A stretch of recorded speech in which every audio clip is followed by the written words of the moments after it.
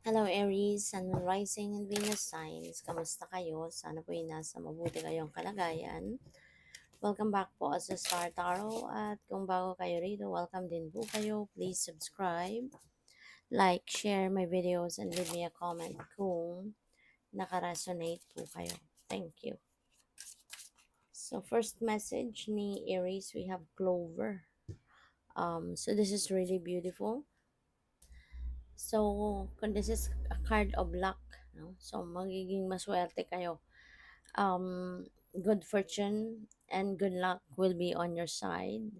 Parang, ano to wheel of fortune, no, sa tarot. Babaling na sa inyo ngayon ang swerte. Kaya magiging masaya ang buhay-buhay because you will be lucky. No? You will be blessed with different beautiful things. 'Di ba? Maaaring ang iba din sa inyo hindi lang pera ang suswertehin kayo, hindi lang opportunities ang dadating sa iyo, kundi pati din sa love life ninyo, sa relationship, sa pamilya, magiging maswerte din kayo, masaya sa negosyo, yung mga ganon, no? So, good luck sa iyo. We have Lily. Ayan. So, this is another happy card. Kaya, this is really a time of, happiness and swerte.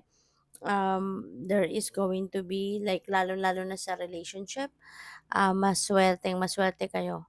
Kasi, po pwedeng, um, there will be more love, harmony, between you and your person.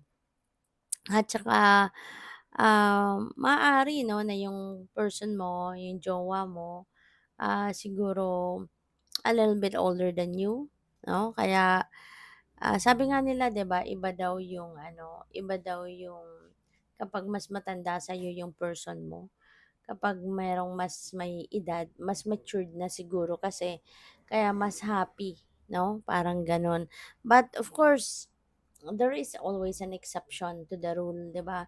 So maaari na sa iba, no, na-appreciate ninyo na kung kunyari mas matured sa inyo yung person ninyo. Siguro talaga, 'di ba, mas masaya kasi mas naiintindihan ka, mas alam mo 'yun? And but for others, 'di ba, hindi naman talaga kasi perfect, no, ang bawat relationship. So depende pa rin siguro 'yan sa inyong sitwasyon, ano. Pagdating sa sa pera talagang maswerte kayo kaya kaya mas magiging, masaya-masaya kayo around this time because, there will be new opportunities, there will be new, financial blessings na dadating sa inyo sa ngayon, ano? At, talagang magkakaroon kayo ngayon ng prosperity and abundance. You will definitely, experience that financial comfort, no? So we have home.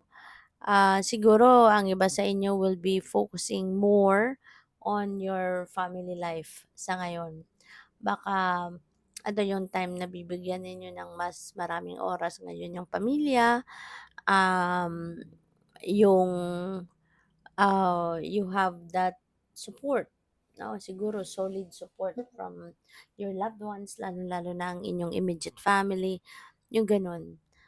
Pupuwede rin ano na mas talagang mas, malakas ngayon or mas magiging malakas yung inyong relasyon with your person, yung union ninyo, yung marriage ninyo mas magiging matibay, ganyan.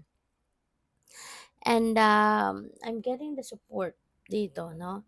Siguro sa pamilya, sa mga kaibigan, maybe kung ano man ang kailangan ninyong tulong or suporta, you can expect that from them, no? Yan ang napipick up ko.